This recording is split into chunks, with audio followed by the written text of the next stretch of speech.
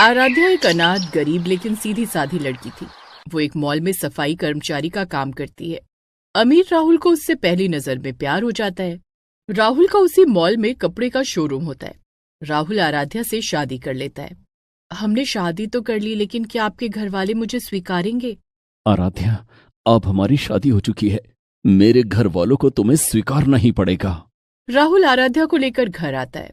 आराध्या को देखकर राहुल की भाभी प्रज्ञा कहती है, छी राहुल, ये तुमने किस गरीब लड़की से शादी कर ली? राहुल बेटे, ये सब क्या है? कौन है ये लड़की? माँ जी, ये तो वही लड़की है जो मॉल में झाड़ू पोछा लगाने का काम करती है। इसने हमारे राहुल को फंसाकर इससे शादी कर ली।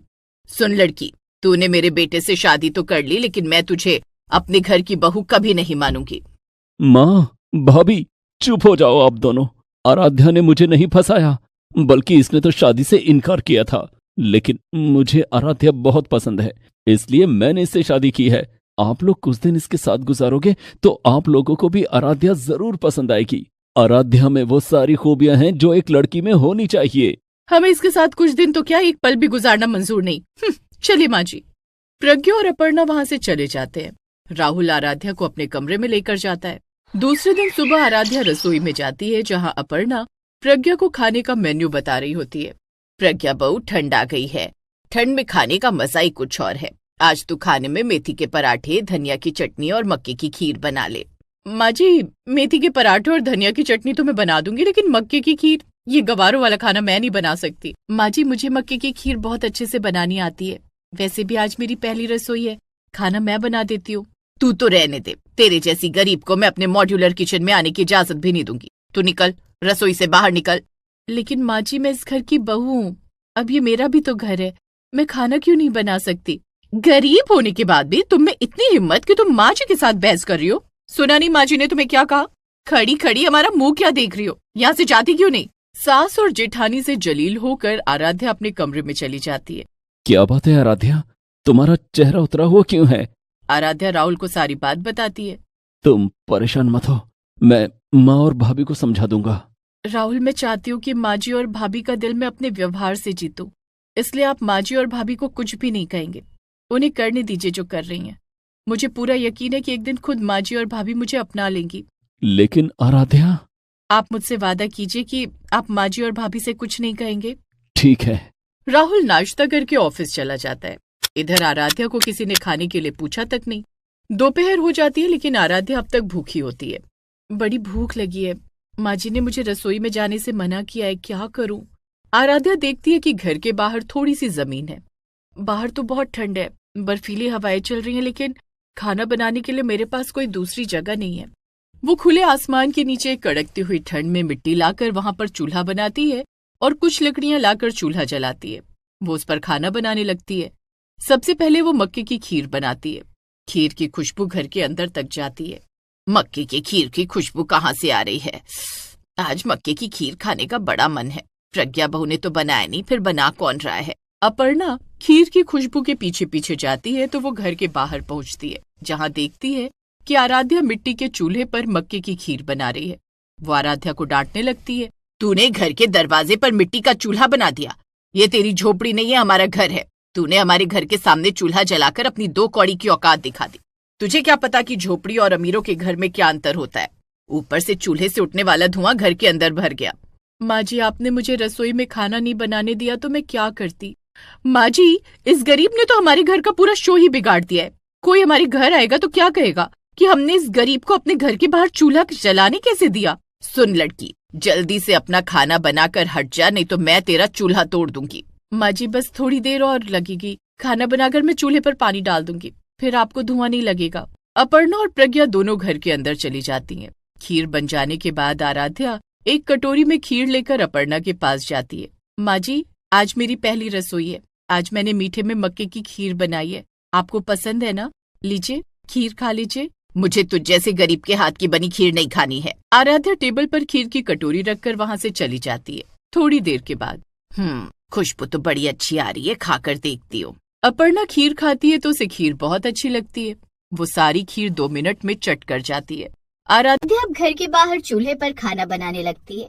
आराध्या, तुम ठंड में बाहर खुले में खाना कैसे बना रही हो? मैं माँ से कहकर घर के अंदर तुम्हारे लिए किचन का इंतजाम करवा देता हूँ। घर में एक ही तो किचन है। अगर आपने माँ जी से मेरे लिए अलग किचन बनाने के लिए कहा तो माँ जी कहेंगी कि मैंने आते ही घर तोड़ दिया।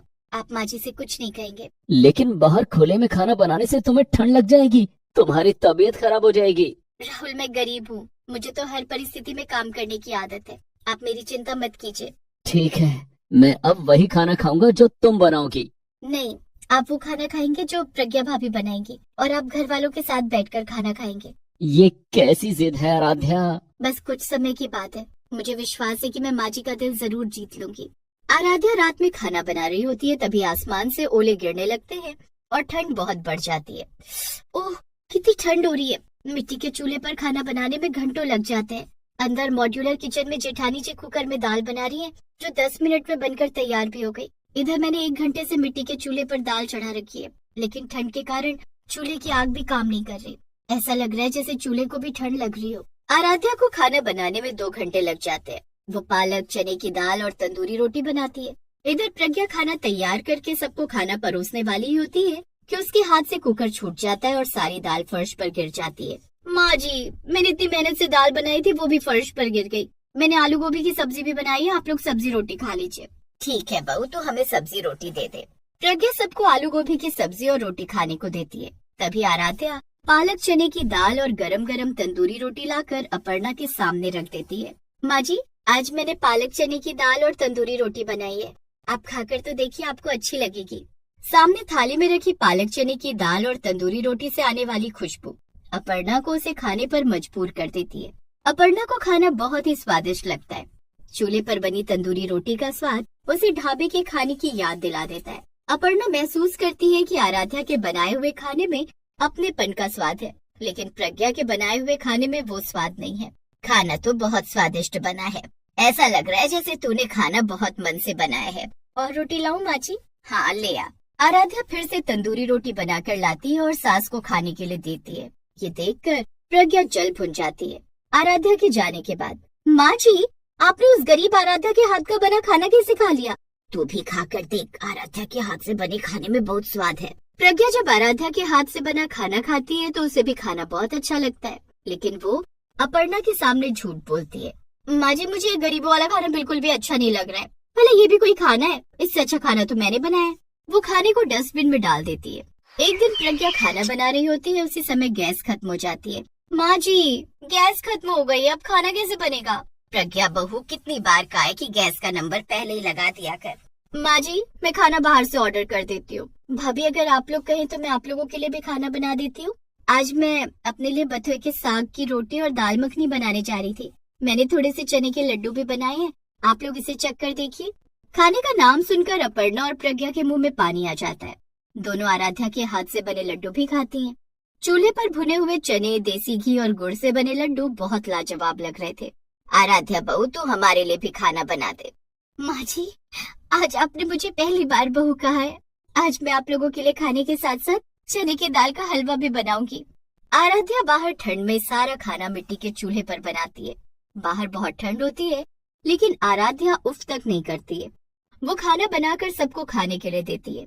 आराध्या की मेहनत और लगन देखकर अपर्णा उसे स्वीकार कर लेती है और उसे घर के किचन में एंट्री मिल जाती है। प्रज्ञा भी आराध्या को अपनी देवरानी मान लेती है।